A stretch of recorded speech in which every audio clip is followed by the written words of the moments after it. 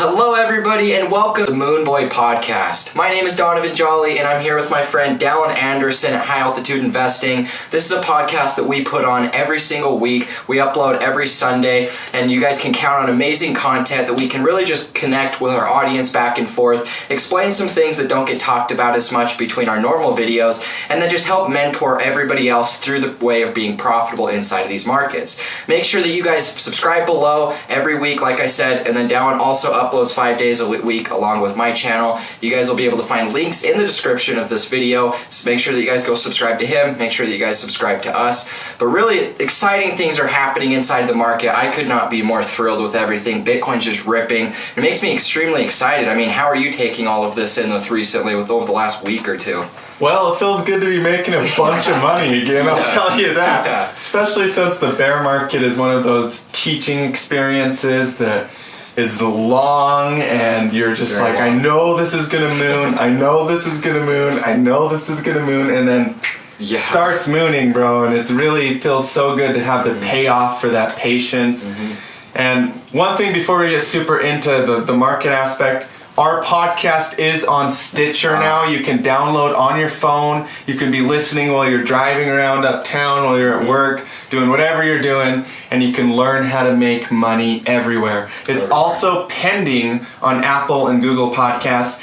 It'll be there very soon. It just takes a little while for them to fully finish the completion process. So we'll get links for all of that stuff below. If you guys maybe don't care to watch it on YouTube, you'd rather just download it and listen to it, we'll get all of the links and stuff further down the line as soon as all of this stuff gets approved. So make sure that you guys are watching out, staying tuned. Follow us on all of our social media so that you guys can stay updated. Make sure that you go and join both of our Discord servers. Follow us on Twitter because that's where we're going to make any updates that we make. You guys will be able to find it all through there. So stay tuned. Things are getting really exciting for the podcast, and we're really appreciative to have everybody here a part of this. Honestly, it's amazing to see how it's grown, to see how many people we can actually impact on this sort of different video platform, or not platform, but different way of recording. It makes it a lot easier, and where we can actually connect with the audience one-on-one and share our own analysis in a way that's not so technical, but more just our own mindset that goes into the markets. Yeah, I agree, and it is so much fun to make these every single Saturday. Literally, I look forward to it. Makes me excited to wake up in the morning on Saturday. Also, before we get started, one more thing as well is the ebook is coming out very soon. We're making it better than even before, which is why it's taking a little bit longer than originally planned. We're literally working on every single little detail and providing as much possible upfront value for you guys as we can. This way you guys can learn a bunch of stuff for completely free, and then as you move into the VIP areas, you'll have a great foundational knowledge to really accelerate your learning in those areas. Yeah. So we're really excited about that personally. This ebook, I'm telling you, so like I've personally downloaded a number of different ebooks, and a lot of them were like they were recommended to me from different people on Twitter that had, you know, thousands of followers that were really reputable sources. Traders. Yeah, and you know, with our ebook, I 100% believe with total confidence that our ebook is equally as valuable as theirs, if not more valuable in so many ways. With all of the stuff that's in it, you guys are going to be able to get a nice introduction on exchanges. You'll be able to understand trading, investing, as well as just simple terminology. And then we've got a really exciting quiz programmed inside of that as well for you guys to actually take to refreshen and really just pound in all of that information and knowledge that you're going to learn. I know I've been getting reached out a lot on my Discord from people that honestly just have no crypto knowledge at all. They come to me and they say, you know, I watch your videos, but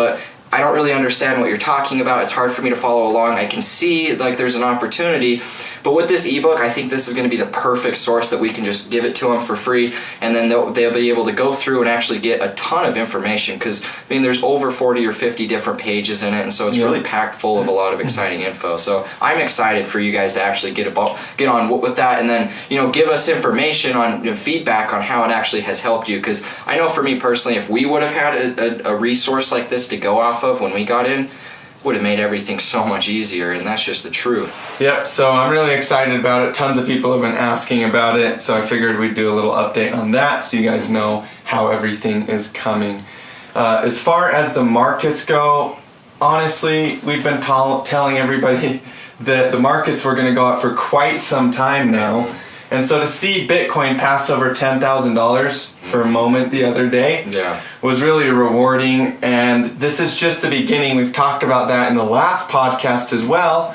But we really want to emphasize the fact that this is just the beginning of what's coming, because now is the biggest opportunity. And although Bitcoin can still have a couple red candles in the short term and drop 10 or 20%, that's such a good opportunity, if it does, for us to buy into all these markets again. That only puts Bitcoin just below 9,000, around 9,000, and that for me is like such a grand opportunity for us to actually take even more of our cash reserves, dump it into the markets.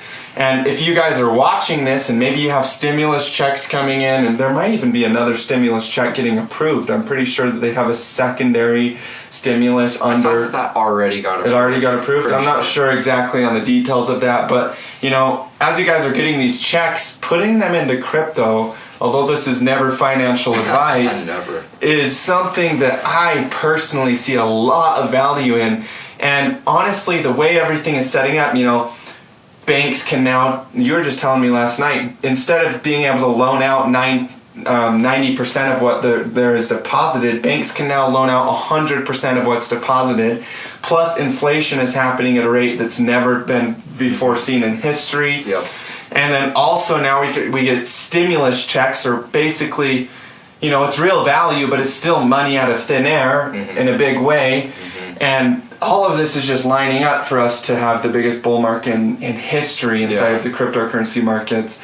And so really right now, from a market cycle perspective, from an opportunity perspective, we're not just trying to market you guys.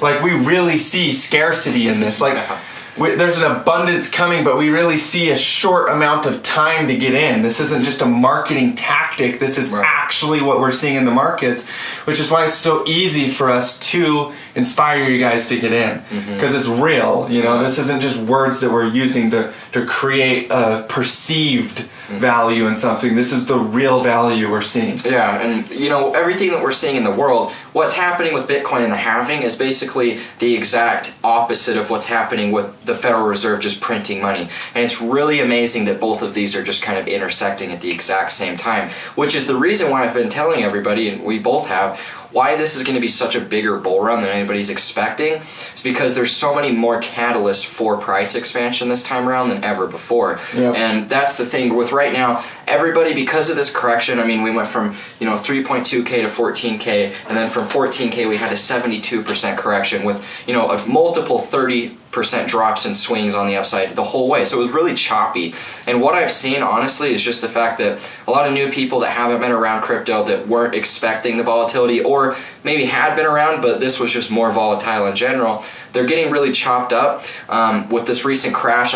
We went from 6,400 to 10.5, and then from 10.5 straight to 3,800. So I think that everybody just assumes that we're just going to keep chopping around, and there's going to be these big dips, and it'll have a lot of time to accumulate. But that's what this entire last 2 years was the accumulation phase. And with us having the halving 3 days away, I believe 2 or 3 days. 2 days. Yeah, so a little over 2 days away, and we're going to have this next halving. All of what is transpiring is a perfect catalyst for a massive explosion. We have institutional money. We now have the Federal Reserve printing money. People are starting, even people that don't know a lot about economics and don't know a lot about the monetary system, they're even becoming awakened to, just how scammy all of this seems. They're, where do you just print this money? Where does it come from? And they're starting to realize that. And I believe strongly that people are researching for Bitcoin. They're looking at alternatives because there's certain people that believe that the stock market may crash. There's a lot of cracks in the system. There's a lot of fear going on. And I think that just means more reason to just push towards Bitcoin, push towards these things. With Bitcoin showing such strength right now, it's only going to cement that philosophy and that belief system, I believe. Like the halving, I just barely saw on Google search trends, the Bitcoin halving is skyrocketing right now. It's way higher than it's ever been. And so that is just more reason that shows a lot of people are starting to look into this. And who knows where it's coming from specifically, but institutions already bought, and so you got to think that it's just retail at this point would be my guess, because I've had a lot of random people reach out to me asking about help for getting into crypto, people that never were investors to begin with. And so I think that the very early stage of the retail FOMO is starting to come in, and we're at like the smart money of retail just starting to kind of enter into this cycle. And so I think that what we'll see in the next 3 to 6 months, it's going to be a pretty big expansion. I would not be the least bit surprised to see Bitcoin well above 14K very, very soon. So that's personally what I'm going to be watching for over the next couple months, is just to see what reaction we get. Like you said, we could still see some red candles in there, and it's expected that we will see. That's the thing, is you guys don't want to get too stuck on seeing the markets go up. Just wait for those days where the market's down 10 to 20%, and then keep a little bit of extra cash on hand that you can just put into it. Because at the end of the day, from what me and you are seeing with the markets, every dip that we're getting here is a good opportunity. We're buy up so fast. Exactly. We're not going to see the same 60% crash in a day, most likely, that we saw, but we will see 20 to 30% drops approximately the whole way up. And that's where you don't want to be too shaken out by this entire bear market. You want to actually be taking this time to just unload what profits or cash that you have on demand, right? Yeah, and one thing that I want to add to that is that we don't even have to believe it. Like, now all the evidence is showing exactly what you're talking about with the Google Trends analytics. Of course, it's good to additionally believe that the markets are going to go up, but you don't even have to have faith anymore. Like, literally all of the evidence is supporting it. The markets are actually going up right now. And like you said, the major aspect of the accumulation period from institutional investors and hedge funds is over. I think institutions are already in, and hedge funds are starting to get in, is what's partially what we're seeing now. Smart retail's getting in right now, but it's still, like, real retail doesn't come in. Not until the all-time high. Not until we start to get towards all-time highs, and then all that dumb money comes in. But one thing that's interesting about this cycle is that institutions are already in, and all dips will be bought up quickly, and so now we're just establishing trend. Right. You know, once we get above 14K, bam, that's proof that 3.2 thousand, that's proof that 4,000 are both lower high. 14K was our first higher high, and then when we get above 14K, that's our next higher high in the market. And what you were posting on your Twitter, which I saw just the other day, is that everybody overcomplicates this shit and forgets that literally focus on trend analysis, price action, market cycles, because if we're making higher highs and higher lows, why would you fight that trend? Yeah, exactly. And you're literally fighting an entire 10-year bull run of Bitcoin at that. And that's the part that I don't understand is, you know, I understand that the whole, you know, we made a lower high from 20K to 14K. I understand that that is still macro bearish trend until we get above 14K. But they're just seemingly forgetting about the entire 10 years of Bitcoin prior to this that's just been accumulating, has established an uptrend, and has just gone parabolic the entire time. From a penny to 20,000. Why would you try? Why is this the top all of a sudden? The first time institutions get involved with Bitcoin, and now it's the top. Which obviously I can get the argument. Maybe institutions, if anybody, would be the people to short it and actually drop it, because we saw that. They already did. Exactly. That's the thing. They already did. They accumulated everybody else's fear. Now this is an institutional game. It's no longer retail in Bitcoin. There are some, like, obviously I don't have billions of dollars, but at the end of the day, I always bring up the little analytic. Are you sure, Donovan? Because you sure walk and talk like you got billions of dollars. Oh, yes. Oh, billions of dollars. I got it all billions and billions. Is that what Trump says? Billions and billions. Billions and billions and billions. Yeah. Shout out to Donald Trump. Podcast. Yeah. Now we got the Democrats angry in the comment section. Okay. I neither claim to be Republican nor Democrat. I'm just here to make money. Political groups. If you're part of a political group, you should probably rethink your entire life. The only political group I have in my head is how can I make the most money today? That's all I care about. I just want to make some money. That's the funny thing is you always hear about these weird tribalism between, like, XRP is the only crypto, or Chainlink's the only crypto, or Ethereum's the only one. It's so dumb because at the end of the day I'm sitting here, I'll just buy all three. All three are outperforming majority of crypto. All three will make me money. Therefore, it's not competition. Yeah, exactly. It's collaboration. And that's what we've done very well, I think. think, is the fact that most YouTubers are always thinking, you know, I gotta be better than this guy, I gotta be better than this guy, but we just ended up basically merging together, just thinking, well, you know, 2 is better than 1, so why not just jump on that opportunity? Yeah, true. And you don't got to front, man. I know you're here to provide value instead of make money. Well, of course, here to make money, but here, at the end of the day, I mean, I wouldn't be in crypto if I wasn't here to make money. First and foremost, I'm here to make money. Second most, I've learned how to make money for myself, and I want to be able to give that back to the community that follows me, and that's the most important aspect.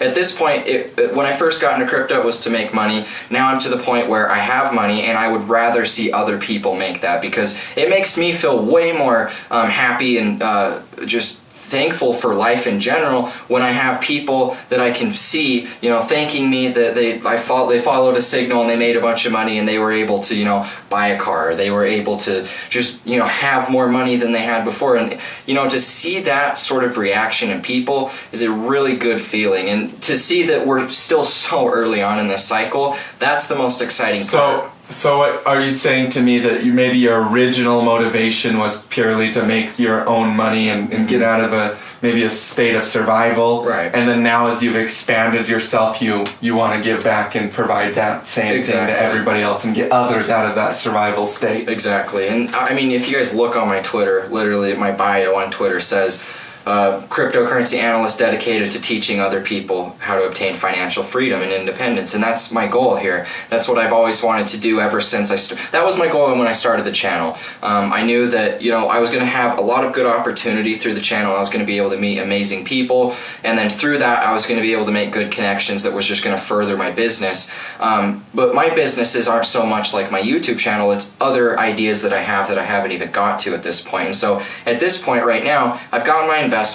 I'm going to make a bunch of money off of those investments, but I really want to be able, while I'm here investing in this market and while I'm dedicating so much time, I want to be able to use my expertise and really help as many people with that as possible. Because I think that you're honestly just doing the world a disservice by not giving back to some degree. Because that's, I mean, and yourself a disservice, because you and me both know how good it feels to actually give somebody some money, give somebody some value, give somebody some tools. You know, our giveaways that we do on our Twitters, like that is one of the best feelings in the world, to send some money to somebody. And then sometimes they're like, oh, I've never won a giveaway in my whole life. And you're just like, that's even cooler. I just helped somebody do something they've never done before. So there's lots of different things that add up, and the richest people in the world, you guys, the richest people on the entire planet, well, not all of them. Let me be specific here, because I don't want to make it sound quite so black and white. But often the wealthiest, probably the better word to use would be the wealthiest people on the planet, give a lot of their money back. They give so much to charity. You know, I think Warren Buffett gives 90% of his income to charity. Let me double check on that fact. But like company income, people that are wealthy, maybe not off his investments, but 90% of his company income, I believe. I've heard that statistic. I'm going to double check on that. What I'm trying to say here, what I'm getting at, is that wealthy people give back. And people often think, okay, well, rich people, all they do is take from the poor, and that's a victim mentality. The truth of the matter is, the statistic of the matter is, there are wealthy people that are purely greedy, that don't do that at all. Of course, yes, but the majority of wealthy people give back a majority of their income, or a large percentage of their income, to certain things to see the world grow. And as the rich get richer, the whole world is a planet. Everybody's like, okay, well, all these rich are getting richer and richer and richer and richer. If you actually look at what's happening, the rate of the amount of millionaires and billionaires that there are in the world is directly cross-correlated with the amount of people dying from starvation. Oh yeah. So what actually happens is, as we get richer as a planet, less people die of starvation. And so if you're listening to all the people at the bottom, if you're listening to all these people that aren't wealthy, that aren't rich, of course they're going to have a victim mentality and tell you that it's these rich people at the top that are pure evil. And they're going to tell you these things, but don't believe it. That's a terrible money belief system.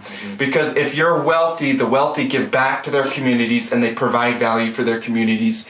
And they take actually a lot of the weight that the people at the bottom, because the people at the bottom are always saying, oh, these rich people are evil, these rich people are doing this, that, or the other thing. They actually hold that weight, but they don't have a problem with holding that weight because they know how much value they're actually providing. Yeah, exactly. And, you know, anybody that's never started a business, they're going to have those limiting belief systems. Not everybody, but oftentimes people that I've met personally, my friends that don't ever have any money, they all follow these same sort of belief systems, and they always blame the rich. They always say that it's the rich fault that they don't have anything. I was born into this situation. I can't get myself out. My parents didn't have money. You know, you can make an excuse for everything, and at the end of the day, the only thing that you're ever going to be able to do to actually get you on the path of making money, on the path to doing something good for yourself, is to take ownership for everything that happens to you, even if it's something you can't control, because you control how you feel and how you react to it in turn.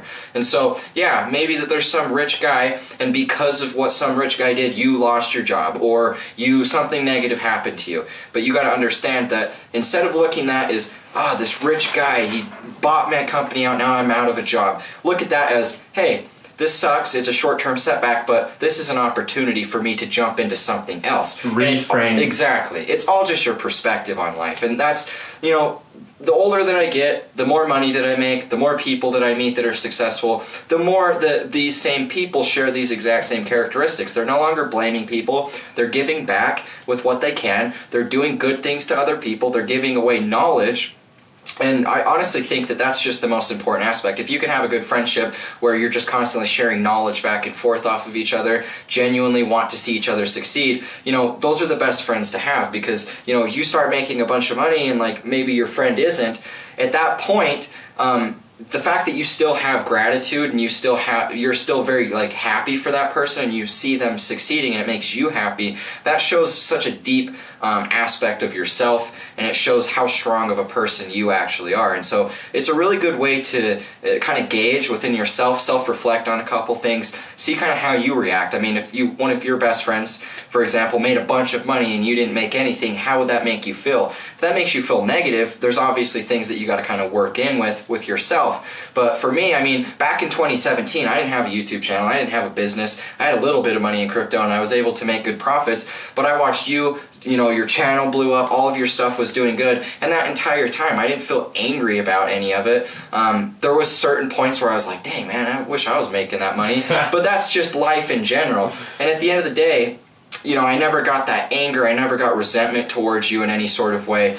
And that's the most important thing to keep a note of is, you know, if you're somebody, then you're watching this and you maybe feel resentment towards other people, you feel that within yourself, that's just you holding on to a bunch of baggage that you don't need. Learn to just release that, learn to let go, learn to take ownership for how you think, how you act, and everything's going to fall in place. It's literally that simple, because making money, starting a business, you know, being happy, it's all just a state of mind that you cultivate within yourself. So I think that that's a pretty simple basis for how you can be successful, how you can cultivate the right mindset, and how you can actually analyze yourself and see maybe some areas that you're lacking at. And that's my perspective. Do you have anything that you want to add with that?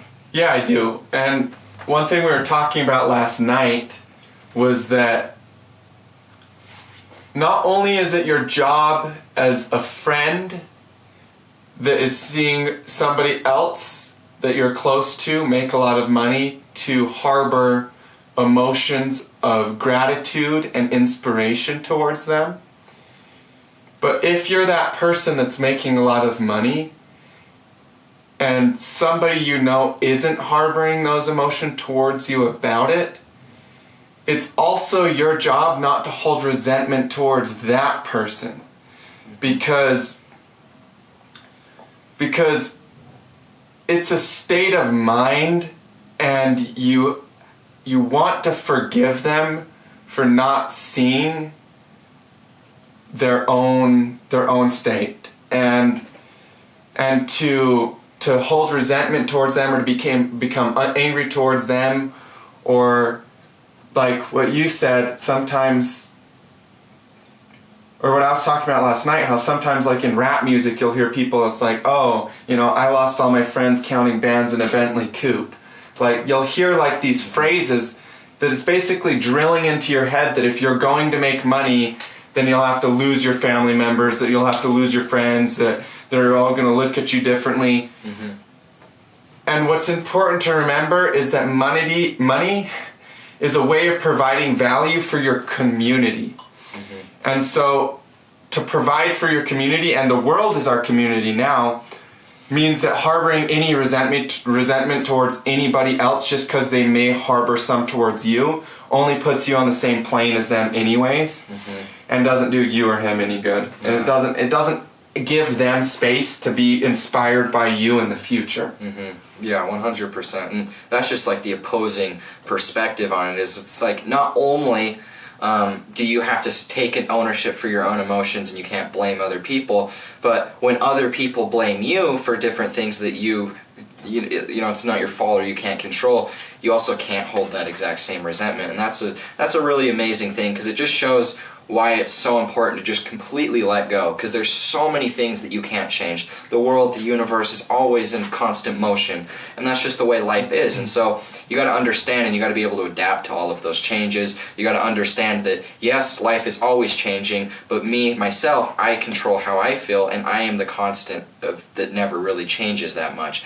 And if you can program yourself to be happy in any situation, to be thankful, have those feelings of gratitude every single day, it's amazing how that feeling just perpetuates into the same feelings but amplified, even greater each and every day. Seems like for me, the more that I cultivate a healthy state of mind, the more I focus on, what I'm eating, the more I focus on exercise and things like that, the greater that I feel within myself, and then the stronger that those feelings of gratitude, the stronger feelings of love, all of these amazing things that everybody wants to feel, it just becomes amplified. And in turn, your friends want to be around you more. You have better connections with your family. For me, I always had a kind of a weird family life that we never were super close.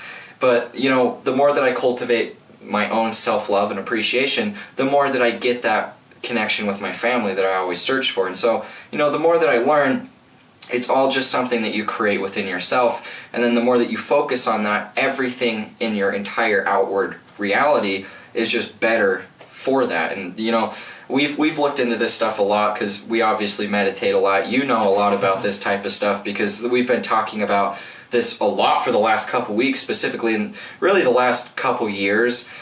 We've focused a lot more on just the simple fact that, I can't change all of these things outside of me, but if I change myself, everything that I'm looking for will just fall into place. And, you taught me a lot about that type of stuff within the last, 2 years. I was trading a lot. And with us being in these markets, I think that you get a different sort of perspective on how life works in a more analytical approach. And so, by cultivating within, we've talked about this a lot on each podcast, but by cultivating within, you're not only going to get more of the things that you appreciate out of life, but you're also going to be way better at investing, and you're going to be able to find more opportunities in the market. You're going to have a cleaner perspective and a clearer perspective to where you can actually go about looking into this stuff and have connections with new people that are similar-minded to you, and people that are going to really help get you to that path that you want to be at. Yep, that's a great point. And to add to that, emotional intelligence and IQ are completely different things. I know people that have very high IQs that have very low emotional intelligence. Mm-hmm. And when it comes to money, when it comes to people, when it comes to cultivating relationships that can last a lifetime, emotional intelligence far outweighs IQ. And what's actually interesting is as I cultivate my emotional intelligence, I notice that my intelligence, my actual intelligence, increases because I'm no longer just trying to spit facts or trying to drill statistics. Although I will say that, by the way, Warren Buffett gives 71% of his fortune since the year 2000. So, rich people do give back, you guys. He'd be a multi-trillionaire if he didn't. Yeah, exactly. So that just shows what greed. Anyways, carry on. So the emotional intelligence is so much more important, and especially trading a market that is based on emotion. Yeah. You know, if we can go from 20,000 per coin, then back down to 3,000, then up to 14,000, then back down to 4,000, then back up to 10,000. That's human emotion driving that market. So if you can increase and cultivate your emotional intelligence, you will far outdo all of the other traders that think that they know everything because of this statistic, or think that they know everything because of this logic that they have. You will literally make better trading decisions because of your emotional intelligence than them. And so that's why I encourage meditation. That's why I encourage cultivating a relationship with yourself. And what you said about self-love, sometimes people misinterpret self-love as selfishness. Mm-hmm. But self-love is the most selfless thing that you can do in this entire world. Because when you feel good about yourself, everybody else will feel good around you. Mm-hmm. And that is what's going to cultivate a greater desire to give, to be charitable. If you hate yourself, are you really going to give 71% of your income to other people? No. You're going to hoard 100% of that for yourself. And so self-love is a very powerful tool. Meditation is a very powerful tool. And focusing on emotional intelligence will make not only your intelligence, your IQ, better and more applicable, but it'll also make all of your relationships better. And humans are relationship-based creatures. And if we don't know how to have successful relationships with others, and be open with people, and work through issues, and be able to complement each other, be able to provide constructive criticism, mm-hmm. in the sense of not being angry towards them, but showing them a new way. Mm-hmm. If you can't do any of those things, you won't be able to cultivate a relationship with anybody that's long-lasting, and you'll just keep repeating the same cycles, mm-hmm. where all of a sudden that person is gone out of your life, and then all of a sudden they're back into your life later, and then you repeat the same cycle over and over. Mm-hmm. It's not because that person is bad, or that the person is wrong for you, or you're wrong for that person. What it really is it just shows your ability to cultivate relationships with people, and it shows that you're over-investing in that person. Mm-hmm. And instead of developing a natural, open conversation with them and cultivating a relationship that lasts through no matter what. Mm-hmm. Everything's too short-term pleasure-seeking, and nobody wants to put in the time that it takes to create something beautiful. I mean, how do you build a house one brick at a time? Or I guess a building, but same metaphor. It takes one step at a time. I mean, for me, I was really depressed. I talked about that last podcast. I had a lot of different mental health issues, spent time in therapy. And for me, the second that I just focused on one step at a time, I just focused on one thing. I knew that this was an issue that plagued my life. I focused on it. And I got over that, went to the next thing. And it's focusing on these little things. You'll eventually build up this foundation within yourself.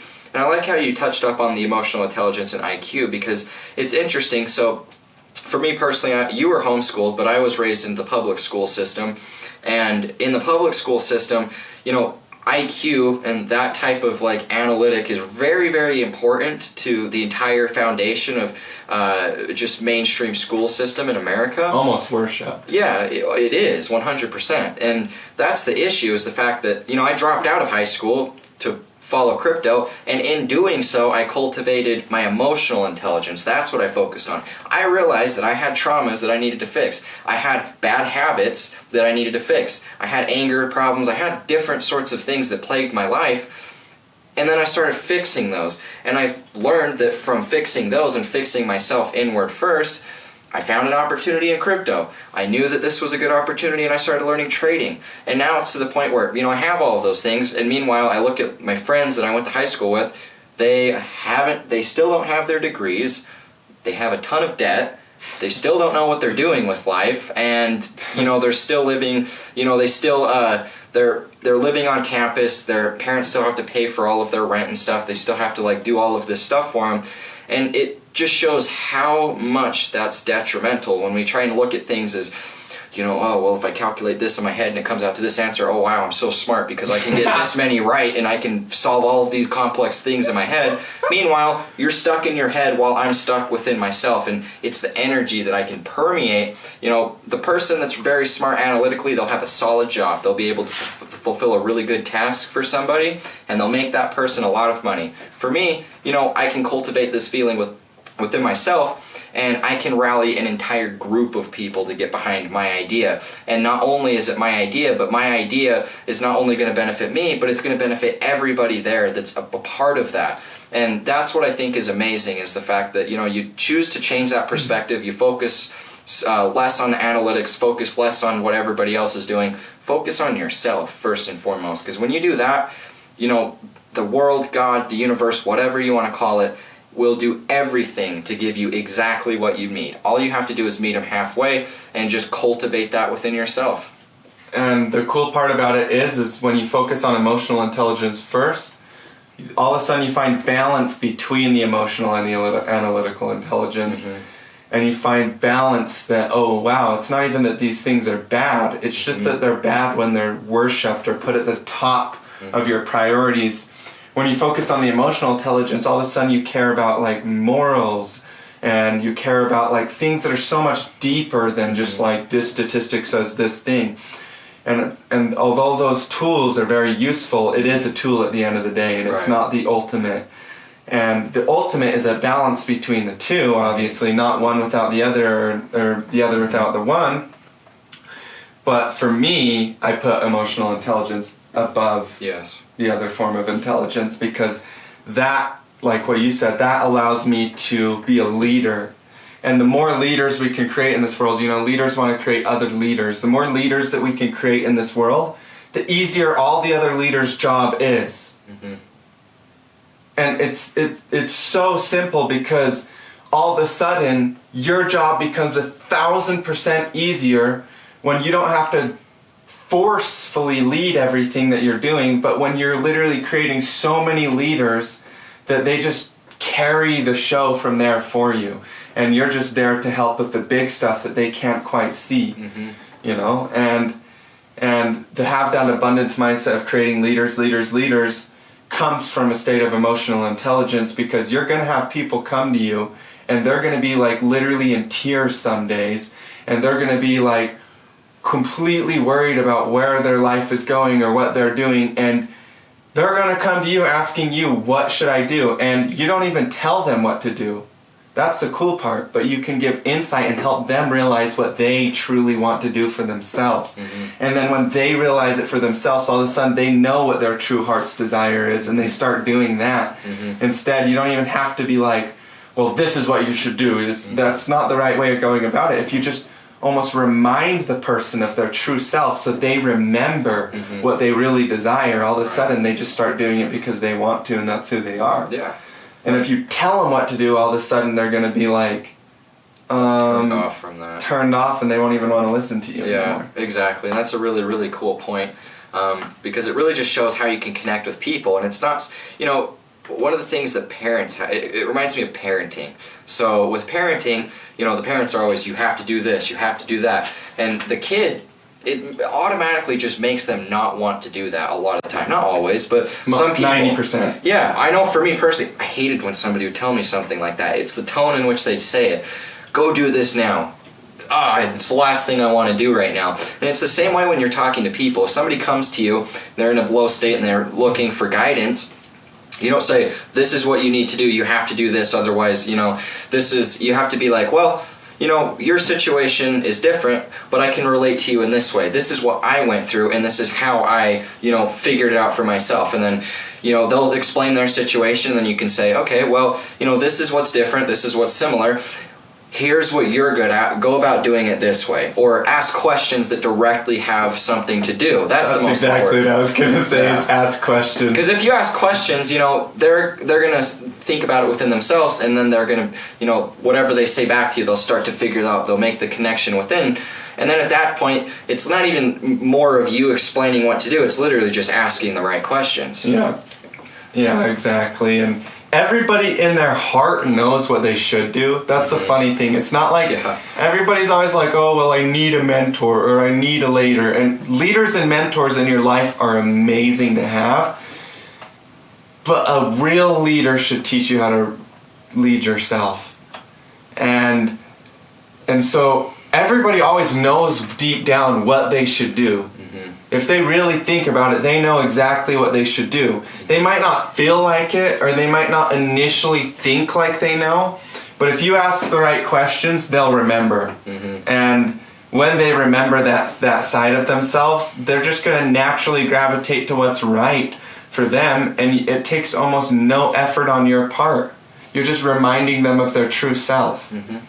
Yeah. Seriously though, and that's why it's so amazing how we as humans can actually impact so many people. And it, like I said, it really just starts from within. I mean, with what you create within, you can create so much from that, because with what you create from within, you can lead an entire group of people, and they will follow you and they will appreciate you because of who you are, your perspective that you share, because at the end of the day, you're just benefiting everybody. And I think that's my biggest reason why I've always believed so strongly about capitalism, is just for the simple fact, you know, you can blame these rich people for making all of this money and, paying some of these workers minimum wage, but, the person that's making minimum wage is literally just packing boxes all day. It's a very minuscule task that isn't very valuable. There's not anything special about it. And so because of that, people are entitled. And entitlement is a very low vibration. And you'll see people that don't have money are very entitled people. And I've seen that with people close to me in general. You'll see people that, work this job, and they're always doing the bare minimum, and then they say, oh, I deserve more, I need this and I need that, and they feel entitlement towards something that they don't really even deserve. And these are just lower vibrations that keep everybody down. And I think that when you learn to cultivate that within, you take ownership, it's amazing, because people are going to look up to you on a deeper level. They're going to look up to you, and they're going to come to you with questions, concerns that they need. And to be able to be in a position where you can actually help those people through that is an empowering feeling, not power, but empowering, because you feel good that you're able to provide value, and that person feels good that they were able to get value from you. And so it's a very symbiotic relationship, and we need to stop looking at things as so black and white, me against you, or I'm right, you're wrong, because that's not the case. Nobody's really right or wrong. It's just your own belief system that you have. And so I firmly believe that everybody can come to an understanding about anything, and that should be the primary focus. Is, I have my perspective, you have your perspective. How can we come to a mutual understanding, even if we disagree about some things? Because that in the middle ground, you've recently been talking about that a lot. Not going one side or the other, but trying to find the middle way between the two. And I think that's the most important aspect, because the second that we stop going towards the state of like tribalism and me being right or wrong, we can start to understand your perspective and my perspective, and then we can come to a greater understanding that's only going to help everybody involved. Yeah. You said it better than I could have. This one's not even about crypto a whole lot. It's just about life. Mindset. Well, crypto is this is about crypto, because there's so many new crypto businesses being made right now, and the best crypto businesses are made in the crypto recession that we're just starting to come out of. Right. And so this is all tools that all of you business people, all the business people that watch this, can gain a lot of knowledge from, and can start applying into their business, and probably be like completely amazed at the results that they're getting. And the funniest part is they're going to be applying all these concepts that are like so different than what most people believe is true, but they're going to be getting all of these results from it. So you will literally be doing the thing that everybody thinks that you're crazy for, and then they're going to see the fruits of your labors for it. Exactly. And yeah, the middle path, man, that is so important. And I want to roll back a little bit to what you said about just packing a box and shipping it, or doing like simple tasks. Those are valuable, but it is true that anybody can do it, and soon robots will be able to. Yeah. And so complaining about the amount of money that you're making, or cultivating that entitlement, is definitely never going to get you anywhere. You're just going to be doing that your whole life. And if that's what you want to do, cool. And if you're happy doing that, cool, because that's all that matters. Because it doesn't, if that is how you're happy, then awesome. But if you're unpleased with it, if you actually start to cultivate that resentment or any of those feelings, it's not going to carry you forward anyway. But if you cultivate a feeling of, okay, I'm going to ask the person that figured out how to stop doing this, if you want to, because if this is what you want to do and that's what you're happy doing, we need these people in the world doing those things. And it's not bad to be making $7 an hour. It's not bad to be making $1 million an hour. It's whatever works for the lifestyle you want to live. Mm-hmm. So I think the key is remembering to cultivate, as somebody that isn't packing boxes, cultivate an appreciation and an understanding and a respect for the people that find joy in that, and that is the lifestyle they find their happiness in. Mm-hmm. And then also not holding, like I said earlier, resentment towards the person that's holding resentment towards you, because they just don't understand fully. And I think that's what gives you the most empowerment to bring people out of that and give them a path for coming out of that, if that's what they desire in their life. Right. So what would you feel for some of these viewers out there, somebody that might be, is in that sort of state where they don't like their job, they're making just barely enough to get by, they feel really helpless because, they want to invest into crypto or they want to do something like start a business, but within themselves they feel like they're not making enough to even do so. What kind of advice would you tell somebody in that sort of a situation? Well, you have two options.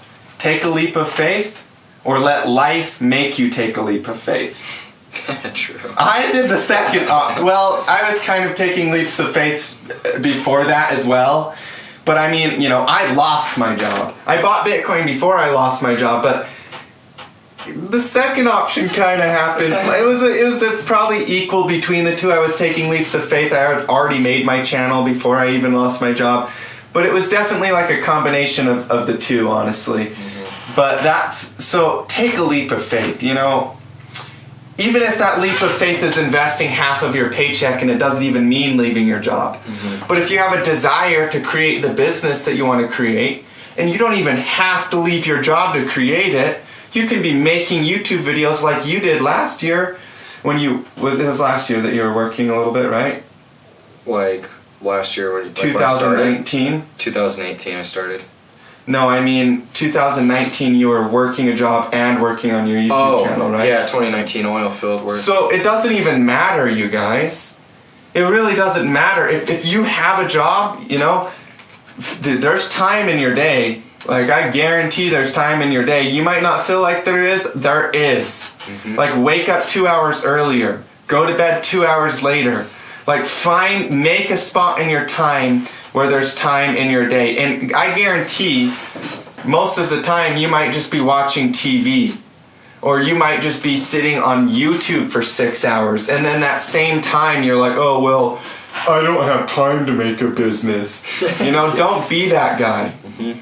Be the person that realizes you have room to grow. Make some leaps of faith, whatever that means and works for you. If that still means keeping your job, investing some into Bitcoin, if that means quitting your job and taking that leap of creating your own business, if that means keeping your job and creating your own business and then quitting your job when you have enough money from your business. Mm-hmm. Do what makes sense for you, but take the leap of faith. And that's what I have to say, because I did a combination of taking the leap of faith and having things happen in my life that woke me up to the fact that I needed to take the leap of faith, Yeah. For me, I hit rock bottom first. I had to do that. I went the worst, well, not the worst way, but the most uncomfortable way you could go for sure, where it was, I was messing with the wrong group of friends. I was doing illegal substances, I was just making a lot of wrong choices, didn't have a good relationship with my family, and it was just because I was cultivating this toxic sort of relationship with myself. And eventually all of that caught up to me. I ended up getting in legal problems, and then that got me to the point where I finally just had to break down and I prayed, and then at that moment I just knew that I had to do whatever it took to just get me out of that situation. I was going to be a better person. I was going to do the right thing, and it took a long time before I ever got to the point where I felt like I was genuinely happy and felt like I was on the right path, and everything was kind of manifesting as I thought it would. But that's the biggest thing is, if you can take the leap of faith, do that way before you ever have to hit rock bottom, because either you're working the crappy job that you hate, you're going to hit a point where you're really depressed, you're really low, maybe your girlfriend leaves you, your wife leaves you, something like that happens, some major catalyst to where you're going to be stuck at this really low point where it's going to feel so intimidating, like it's impossible to ever get out of that. And you don't want to wind up at that stage if you don't have to. You want to be able to learn from people like us that have went through that stage, and then you can just say, I save up some money.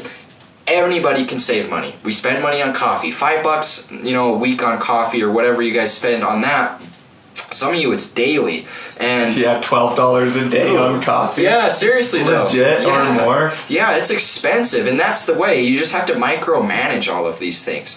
If you don't have enough money, I can almost guarantee that as long as you're paying the bills, you have enough money. You just got to learn how to cut back on some of those things. Maybe you quit paying your phone bill, or maybe you drop down to a lower plan. Maybe you buy instead of buying name brand food, you just buy like the regular generic stuff. These are different ways that you can get around this to where you don't have to hit rock bottom and end up wanting to just die before you end up getting up to the point where you want to be. You just have to, take that leap of faith. And, like you said, maybe that leap of faith is just putting some of that money into crypto and not even quitting the job. That is the leap of faith that's going to probably be the least difficult. You won't have to worry so much, because I know for me personally, when I moved out to Colorado, for the longest time, what jobs that I did work in the oil field, they were just odd jobs that just popped up, and they paid good, and so I was okay.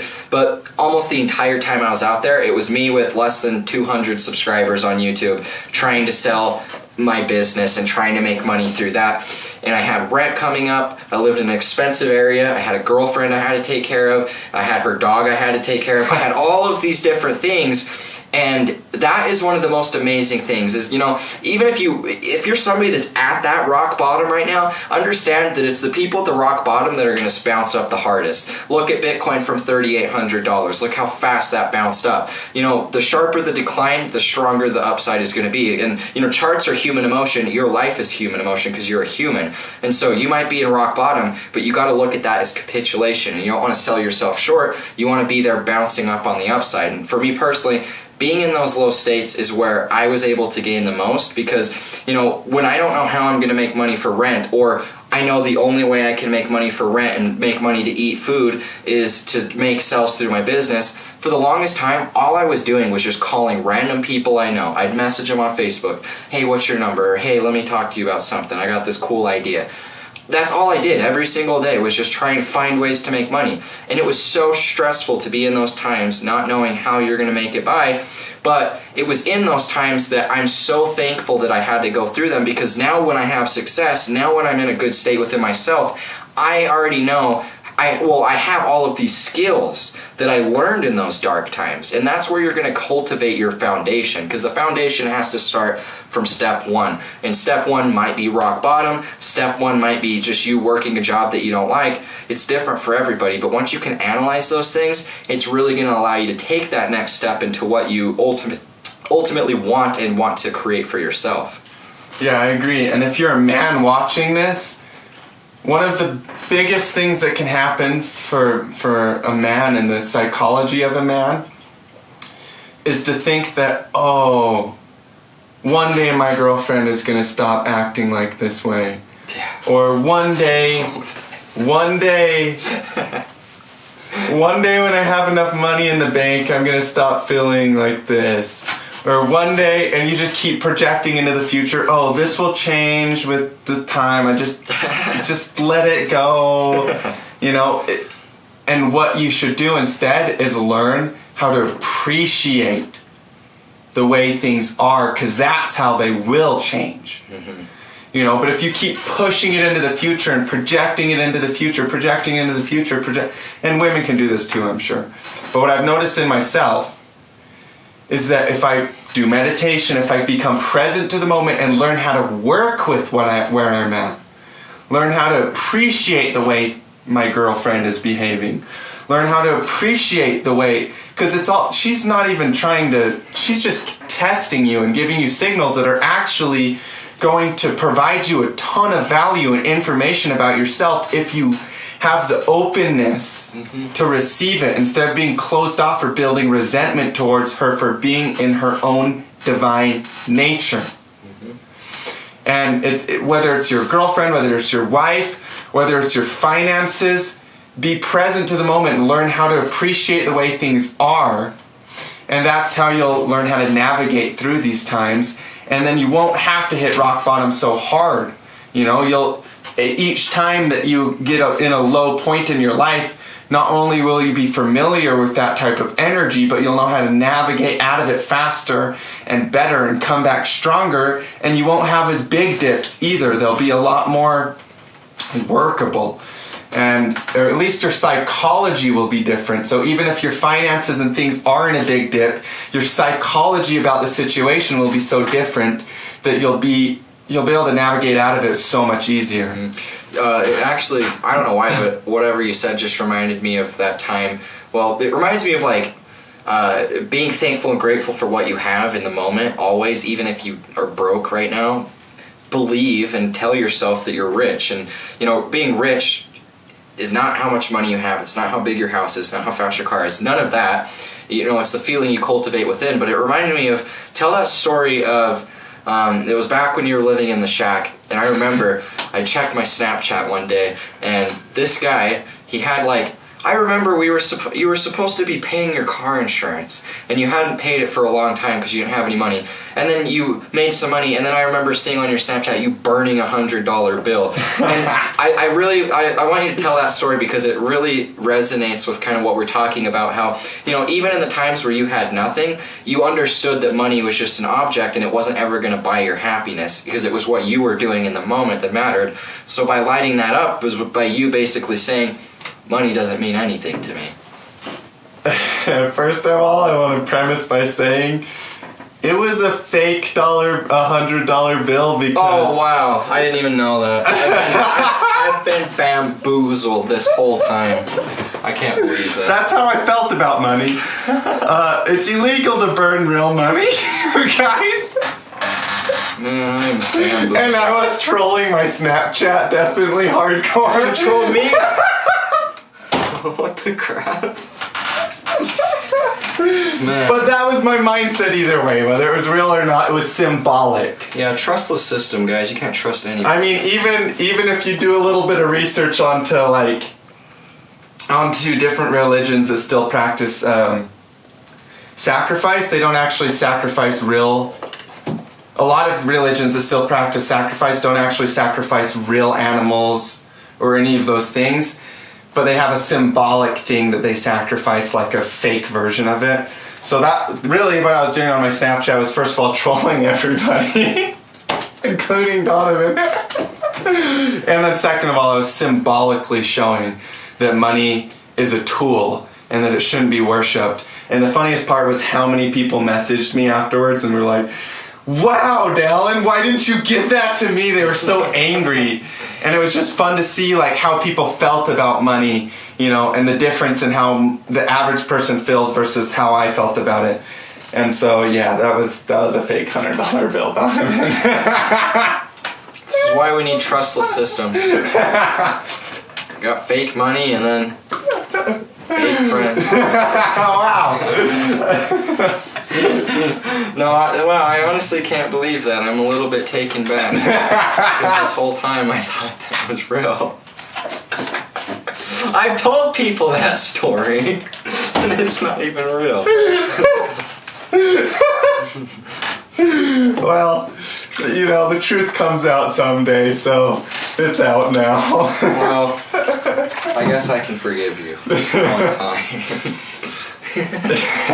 Who knows? Maybe that story that I told somebody actually did help them. It's all symbolic. It helps either way. Even though it was a fake $100 bill, like I said, symbolically it meant a lot to a lot of people, and everybody thought it was real, so it really didn't even matter. Mm-hmm. And it even was fun to do. I would do it with a real $100 bill if it wasn't illegal. Maybe Maybe I'll secretly do it and never tell anyone. Well, how big's the fine? That's Or maybe I'm already lying and it was real. I just don't want the illicit thing on my name. Now I'm really just lost. I don't know what to believe at this point. Yeah, that might happen sometimes around me. All right, you guys, Bitcoin is doing good. You know, if we see a couple red candles, I'm buying the dip in altcoins and Bitcoin and everything. The markets are looking good. If you're starting a new business, you know, apply some of these concepts. They've worked really well to help us with our businesses, help us move forward and learn things. And kind of to wrap up everything that we've been saying today, focus on yourself. Don't be selfish. Be selfish. Selfish. I don't even know what I'm saying. Be selfless. Selfless. This is a fun one today. Selfless. We're just having fun today. A little more casual and laid back. Focus on yourself, but be selfless. I got it right this time. Provide value to others. Be aware of states of consciousness in others. You know, if somebody is holding resentment towards you because of your success or something like that. We must have been going on a long time at this point. We stayed up a little too late with our fire last night, I guess. If somebody is holding resentment towards you because of your success, be aware of it, but don't hold resentment towards them. Cultivate long-term relationships with people. That doesn't mean you have to be around the person that's making you feel a certain way all the time. But cultivate a long-term relationship with them, because everybody is connected. We're all one. And rejecting somebody is rejecting a side of yourself. And take a leap of faith. Understand that you are valuable. You can do that. Feel that richness within you. Practice meditation. And get ready to make a shit ton of money in the cryptocurrency markets over the next little while. Yeah. And, you know, if you're going to burn $100, use a fake one to troll everybody because it's illegal. Yes, exactly. Or do it in secret. Yeah. And then make sure that you just tell everybody it was real. That's all that matters. So before we wrap things up, I'm for the Bitcoin halving. As soon as we count down to 0, I'm going to be giving away a copy of my course. So that's 20 educational videos that one of you guys can win. Also going to be giving away $100 of Bitcoin to another winner. So make sure that you guys comment below. Tell us a little bit about yourself. Tell us your story, how you got into crypto, how it's maybe changed your life, and how you expect it to play out for your future. Kind of what you plan to do with your money to your long term. I'd really love to, we both really love to hear that type of stuff. We always like to see kind of everybody else's impact and story around being in crypto, because I think that's a really amazing thing to hear overall. So make sure you guys share this, get this out there to as many people as possible. Like I said, we've upload every single week, so you guys can expect a new video every Sunday. We record Saturday, upload Sunday. We also have the podcast getting released to Spotify, Apple Music, and iTunes.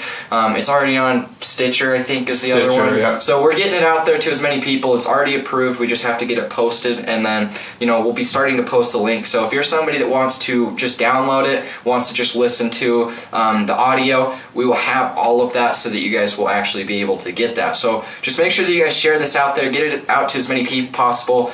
Tons of good information in here. Dallon's talked about a lot of really cool things today, and I know that I'm really excited just long term for everything that we're headed for. So, you know, thank you guys so much for the support. It really does mean everything to me.